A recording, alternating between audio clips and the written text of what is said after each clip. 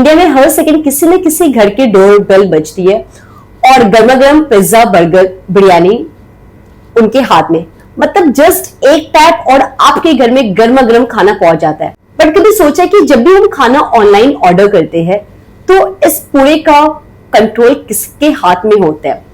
क्या इसे restaurant control कर रहा है या फिर कस्टमर या फिर ये फूड डिलीवरी ऐप?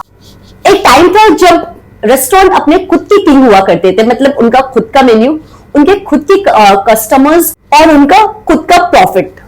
इंडिया के हजारों रेस्टोरेंट ऑनर ये बोल रहे हैं कि वो बिजनेस नहीं चला रहे, बस वो सरवाइव कर रहे हैं, क्योंकि आज फूड डिलीवरी एप्स ने इंडिया के पूरे रेस्टोरेंट इंडस्ट्री के कंट्रोल को अपने हाथ में ले रखा है। ये सिर्फ फूड डिलीवरी ऐप नहीं बल्कि ये एक डिजिटल पावर सिस्टम बन चुका है। सो चलो आज की वीडियो में लेट एक्सपोज कि कैसे ये फूड डिलीवरिंग ऐप पूरे रेस्टोरेंट को कंट्रोल कर रहे हैं। 2010 के आसपास इंडिया में ऑनलाइन फूड डिलीवरी एग्जिस्ट करता ही नहीं था। लोग या तो डायरेक्टली रेस्टोरेंट को कॉल करते थे या फिर जाकर बाहर जाकर खाते थे। बट फिर आया ऑनलाइन डिलीवरिंग ऐप और इसने लोगों को वो एडिक्शन दिलाया जिसे बोलते कन्वीनियंस। मतलब लोग आज इंडिया में फूड डिलीवरी ऐप की मार्केट $1 बिलियन की है और इस मार्केट में जो दो सबसे बड़े नाम है वो हम और आप सब जानते हैं। बट प्रॉब्लम यहां से स्टार्ट होती है। रेस्टोरेंट को कस्टमर्स चाहिए, कस्टमर्स को कन्वीनियंस, एंड ये फूड डिलीवरिंग ऐप इन दोनों के बीच में ब्रिज जैसा काम करता है। And slowly this bridge act as a controller. Talk about the commission trap. आपको लगता है ना कि एक रेस्टोरेंट को जो ऑर्डर मिला 500 का, मतलब वो अच्छा कमा रहे हैं। बहुत सारे रेस्टोरेंट ऑर्डर ये क्लेम करते हैं कि ये फूड डिलीवरिंग ऐप 18-25%, यहां तक कि 35% तक कमीशन लेते हैं। इसके साथ साथ फूड डिलीवरी चार्जेस को भी एडजस्ट करना पड़ता है, पैकिंग चार्जेस, जीएसटी, इसके अलावा जो डिस्काउंट कूपन्स होते हैं उन सारे को एडजस्ट करने के बाद उनके पास सिर्फ और सिर्फ 50 से 60 रुपीज पर ऑर्डर बचता है। मतलब कस्टमर्स को लगता है कि रेस्टोरेंट कमा रहे हैं, लेकिन किचन के अंदर ऑनर लिटरली स्ट्रगल कर रहा होता।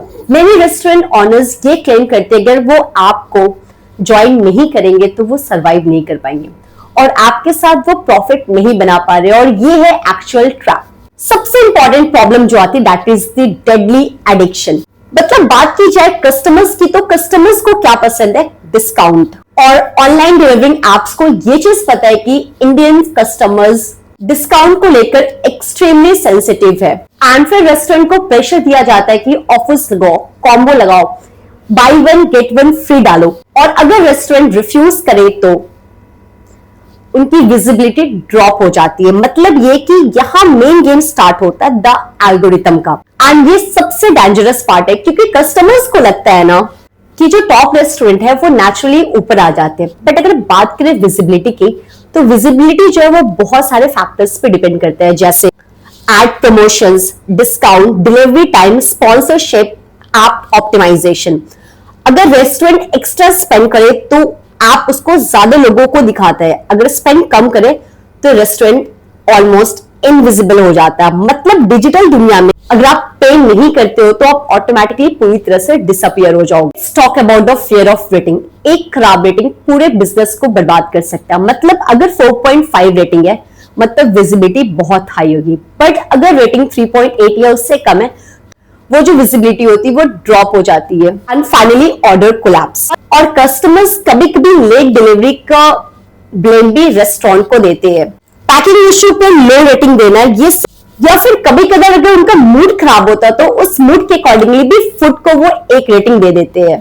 And restaurant honours helpless feel करते हैं क्योंकि एल्गोरिथम इमोशंस नहीं देखता, वो बस नंबर देखता है। ऑनलाइन डिलीवरी ऐप की जो सबसे डार्क साइड है वो है क्लाउड किचन। एंड बहुत सारे रेस्टोरेंट एक्चुअली में रेस्टोरेंट है नहीं, they are actually cloud kitchen, जहां पे no dining area, no fancy sitting, ना कोई कस्टमर इंटरेक्शन, सिर्फ किचन और बहुत सारे ऑर्डर्स।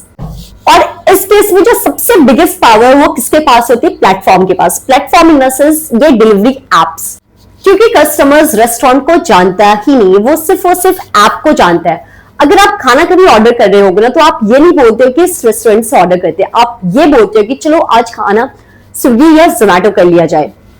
आज के टाइम में आपके पास वो सारी इंफॉर्मेशन होती है कस्टमर की जो रेस्टोरेंट ऑनर्स के पास नहीं होती, जैसे आप क्या खा रहे हो, कब खा रहे हो, क्या कितना ऑर्डर पे स्पेंड करना पसंद करते हो, कौन सा रेस्टोरेंट प्रेफर करते हो, ये सारी इंफॉर्मेशन आपके पास तो होती है बट रेस्टोरेंट्स के पास नहीं होती। और जिसके पास डेटा होता है उसके पास फ्यूचर का कंट्रोल होता है।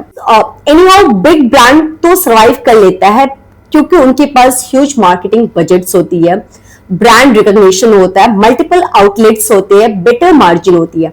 बट अगर स्मॉल फैमिली रेस्टोरेंट की बात करें तो वो स्ट्रगल कर रहे हैं, प्रॉफिट मार्जिन पूरी तरह से कोलैप्स कर गया है, ऑफलाइन कस्टमर्स बिल्कुल ना के बराबर उनके पास, मतलब वो खुद को इन ऑनलाइन प्लेटफॉर्म्स के एम्प्लॉइज मानते हैं विदाउट सैलरी।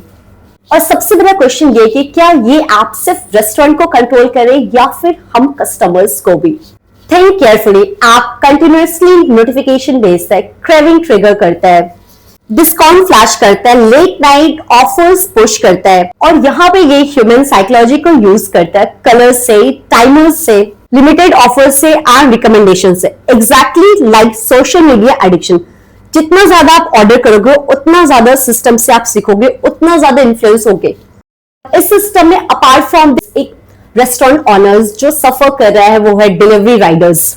बहुत तेज बारिश हो या फिर ट्रैफिक हो या फिर हीट वेव हो, but food Riders food deliver करता है, उनपे इमेंस प्रेशर होता है फास्ट डिलीवरी का, टारगेट्स पूरे करने का, रेटिंग का प्रेशर होता है, कस्टमर्स एंग्री होते हैं, राइडर एग्जॉस्टेड हो जाते हैं, लेकिन एप्स का सिस्टम कंटिन्यूअसली ऑप्टिमाइज्ड रहता है for growth, for speed and for profit. So the biggest question is, क्या ये फूड डिलीवरी ऐप सच में बहुत बुरे हैं? तो एग्जैक्टली इसका आंसर बहुत कॉम्प्लिकेटेड है। क्यों? ये फूड डिलीवरी एप्स ने कस्टमर्स को कन्वीनियंस दिया, थाउजेंड्स ऑफ जॉब क्रिएट किए, रेस्टोरेंट को रीच प्रोवाइड किया और कस्टमर्स को ऑप्शंस दिए। बट कोई भी प्लेटफॉर्म अगर बहुत ज्यादा पावरफुल हो जाता है और फिर बाकी अदर सिस्टम पूरी तरह से अगर उस पर डिपेंड हो जाते तो वो डेंजरस हो जाता है, क्योंकि जो विजिबिलिटी कंट्रोल करता है वही बिजनेस कंट्रोल करता है। तो नेक्स्ट टाइम अगर आप फूड ऑर्डर करना तो जरूर सोचना है कि इसके पीछे कितने लोगों की स्ट्रगल है और किस तरह से आपकी एक गलत रेटिंग किसी की बिजनेस को पूरी तरह से डिस्ट्रॉय कर सकती है।